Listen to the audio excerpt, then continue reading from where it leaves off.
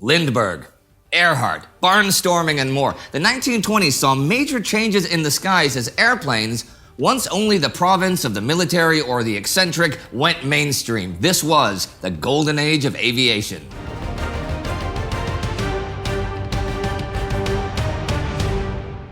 Welcome to Between Two Wars, a chronological summary of the interwar years, covering all facets of life, the uncertainty, hedonism, and euphoria, and ultimately, humanity's descent into the darkness of the Second World War. I'm Indy Neidell. In our episode about the development of aviation shortly after the Great War, we left off with the normalization of aircraft in a non-military context and the founding of the first commercial airlines. In the 1920s, the development of aviation truly takes off, resulting in the golden era of aviation. After the war, many nations were stuck with thousands of military airplanes for which they no longer had any use. In America, for example, the government was stuck with a bunch of Curtiss JN-4 Jenny biplanes, originally used for training pilots. These they cheaply sold or auctioned, allowing Air Force veterans or other enthusiasts to buy their own plane for as little as $200. This soon allowed the general public to be introduced to the art of aviation. One phenomenon that came out of this civilian purchase of aircraft is barnstorming. At first, this was mostly former military pilots who would fly from town to town. It was a nomad lifestyle, and they were often referred to as gypsy flyers. It also allowed many without a military background to reach the skies, and many famous barnstormers were women or men and women of color. After a few flybys to create some hype with the locals, they would land on or near a barn somewhere, hence the name barnstormers, to perform aerial stunts and have people pay to fly along for a while. Towns came to a standstill wherever they showed up, as the entire community rushed to the chosen barn to behold the flying acrobatics. Many people in rural areas had never seen a real-life airplane flying before, especially in the late teens and early 20s. The pilots would show off their flying skills, and keep in mind, they did not have to have any qualifications like pilot's licenses or take into account any safety regulations, as there were none. Anyhow, they did all kinds of tricks, like loop-the-loops and nose dives or spins. Some took it a step further by wing walking, playing tennis on them, or even switching planes mid-air. As the decade unfolded, more and more of them explored new ways to stand out from the crowd. Some tried stuff like flying through a barn's open door, which often resulted in a dead pilot and many dollars of property damage. In fact, 470 accidents were reported between 1921 and 1923, resulting in 221 deaths.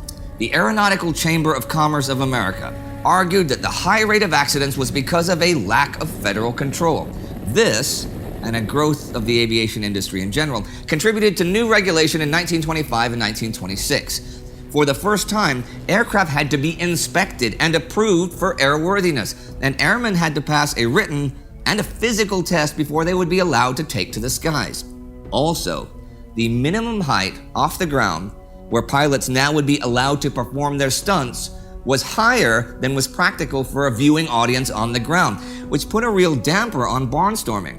Though the regulation did not entirely extinguish barnstorming, which would continue into the 40s, it greatly impacted and restricted civil aviation, and barnstorming would soon be a dying art. Some pilots, though, took their daredevil skills to the next level. More even than barnstorming, aviation records and the heroes that set and broke them familiarized Americans with the potential of aviation. Frenchman Joseph Sadi-Lecointe was the first to sustain a speed over 200 miles per hour, over several hours in 1922. And in 1923, he broke the ceiling record by flying at an altitude of 11,145 meters. But though records in speed, altitude, and range had been frequently broken in the 19-teens, new records occurred less and less frequently as the 1920s and 30s rolled along. But when they were broken, it was spectacular. While Sadi-Lecointe set the speed record at 205 miles per hour in 1921, Italian Mario De Bernardi was over 100 miles per hour faster in 1928, flying 318.5 miles per hour in his Machi M52. But there were many other aerial firsts to be achieved. In 1924, a team of American Army Air Service pilots completed the first aerial east-west circumnavigation of the Earth. And in 1927, Charles Lindbergh set out to be the first to make a solo, non-stop flight across the Atlantic Ocean. He bought his own Jenny in 1923, with which he went barnstorming in Texas, Nebraska, and Minnesota. He and his partner, Heston Benson, traded plane rides for room and board at local inns and hotels. He would charge a local $5 for a 15-minute flight, while his partner Benson performed wing walks and encouraged the audience to buy rides from Lindbergh. Lindbergh later wrote, "Some weeks I barely made expenses, and on others I carried passengers all week long at $5 each." He enlisted in the U.S. Air Force and passed his exams in March 1925, commissioned second lieutenant. In 1926, he taught at a flight school in the St. Louis area and flew airmail flights. That is when he had the idea of competing for the Orteig Prize, offered in 1919 for the first solo, non-stop flight between Paris and New York of $25,000. Many pilots had already died trying. Lindbergh carefully planned and calculated his flight, although the press did frame him as Lucky Lindy afterwards. With the help of some St. Louis businessmen, he bought a custom-designed Ryan NYP, New York to Paris aircraft, a high-wing monoplane with a, for the time, gigantic tank containing 2,750 pounds of fuel. After renaming the plane the Spirit of St. Louis, he took off on the morning of May 20th, 1927, from New York. His venture had attracted some real attention by then, as many saw him as an all-American pioneer of aviation. The nation held its breath for the duration of the flight, and after 33 hours and 30 minutes of dizziness and sleep deprivation, Charles Lindbergh made it to Paris. He instantly became a figure of mythical proportions, but more importantly, showed the world what could be expected of aviation, causing investors to sink loads of money into the aviation industry and boosting the credibility of civil aviation. For the first time, people began to seriously imagine intercontinental air travel, even for the average Joe. It wasn't just Lindbergh, though, who triggered people's imaginations and changed public perception of air travel. After his success, many women aspired to be the first female to cross the Atlantic. Some of them just went as a passenger of a male pilot, but what mattered to them and the public was just to be the first woman to cross by plane, which caused enormous excitement in and of itself. Some tried and died, some had to be rescued. The fifth to try was the famous British aviatrix Elsie Mackay. She even tried to make the crossing in February, for which people called her insane, as planes were not very well suited for icy circumstances at the time. Several days after her departure, parts of her plane washed ashore on the Irish coast. In the spring of 1928, no woman had still ever crossed the Atlantic by plane. A 55-year-old wealthy woman named Amy Guest decided she'd fly or be flown. She bought a plane in secret and planned to end her trip in front of British Parliament in London. After her family got wind of her plans, though, they persuaded her to not do it, but instead have someone else take her place. It was a woman called Amelia Earhart, a young pilot who had flown since 1921. She had set the female altitude world record already in 1922, flying 14,000 feet high. In April 1928, she joined pilot Wilmer Stultz and co-pilot Lewis Gordon. They departed from Newfoundland with their Fokker F-7B on June 17. 20 hours and 40 minutes later, they landed in South Wales in the UK, and Earhart became the first woman to ever cross the Atlantic in an airplane. While she didn't fly the plane herself, she would later be the first woman to actually make a solo flight across the Atlantic in 1932. And then she would disappear in 1937, attempting a trip circumnavigating the Earth. With Lindbergh and Earhart, as well as many others, the new modern era of civil and commercial aviation began, and the sky was the limit. Lindbergh himself would go on to promote aviation as a reliable form of transport, touring with the Spirit of St. Louis through North and South America. Actually, one of the first ways in which aviation impacted public life was in the postal service. By 1925, 14 million letters and packages were sent yearly in the U.S. The 1925 Airmail Act lay the foundation for the establishment of commercial airmail services, setting airmail rates and authorizing the government to sell airmail contracts to private enterprises. The 1926 law went further. It established official airways and required the government to build civil airports and develop navigational aids. In 1927, the Department of Commerce constructed hundreds of light beacons, 95 emergency landing fields, and 17 radio stations to provide pilots with weather information. Still, airmail was heavily subsidized by the government and was not lucrative on its own.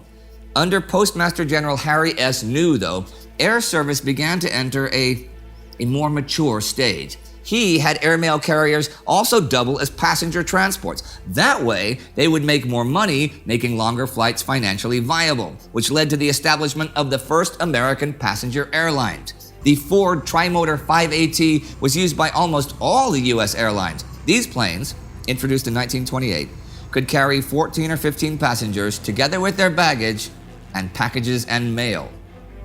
Western Air Express experimented to see if airlines could profit from passenger fares alone, and 5,000 passengers were flown from Los Angeles to San Francisco in a year. But the company could not make ends meet without the airmail subsidies.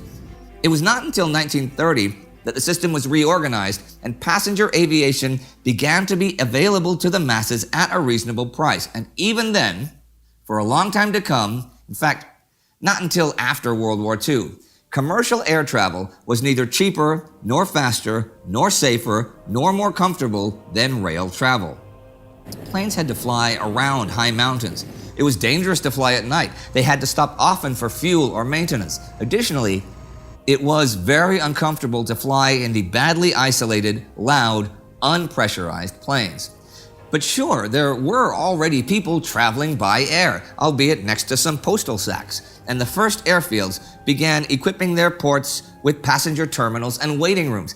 Besides, thanks to people like Lindbergh and Earhart, the potential was fully recognized everywhere. The number of airline passengers in the U.S. was less than 6,000 in 1926, but grew to some 173,000 3 years later.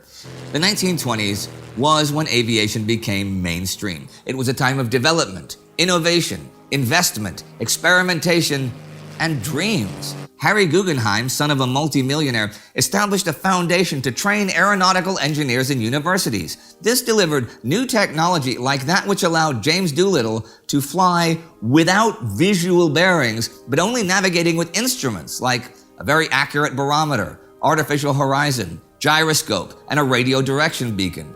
Similarly, the NACA, the National Advisory Committee on Aeronautics, which would later become NASA, was the American government's sponsor of the aviation industry's technology.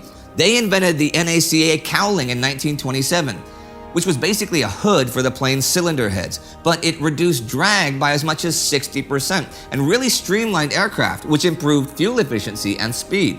The cowling and other inventions like retractable landing gear allowed aviation to become ever more commercially viable. It soon allowed the first successful airline plane, the DC-3, to be launched in 1935. I have been talking a lot about America in this episode, I know, and that's mainly because it is exemplary for the aviation situation worldwide. French, British, German, Soviet airlines were also established in the 20s and began flying regular routes in 1920. Lufthansa was founded in 1926 and aggressively grew into one of the most profitable air companies in Europe, with some of the best airplanes as well, like the Junkers Ju-52. However, European air travel was mainly used for colonial routes, as the European countries were a lot smaller than the US and trains were much easier. There too, commercial airlines were not able to exist without airmail subsidies. Civil aviation in the 1920s and 1930s lay the groundwork for the transportation of people in a military context as well. Concepts, techniques, and sometimes even models of airplanes were applied to troop transports, and fighter and bomber airplanes developed rapidly over the years as well.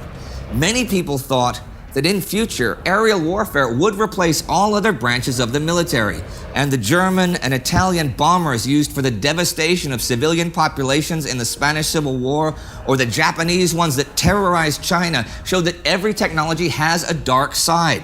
That dark side grew in strength and power and blossomed when the Second World War broke out, as millions of civilians around the world, people who had nothing to do with the war, found themselves under attack again and again first by the Axis powers, but soon by all sides, their homes and possessions destroyed, or their bodies and their lives ruined by murder from the skies, as what the hopeful pioneers and barnstormers began descended into darkness. If you would like to see an episode about that aerial warfare and the bombing of civilian targets, you can check out our third episode of the War Against Humanity series right here. Our patron of the week is Daryl Allen. Please consider supporting us on Patreon just like Daryl, because without you all, we wouldn't be doing any of this. Don't forget to subscribe and hit the notification bell. See you next time. Notice I didn't have a drink this episode? Prohibition.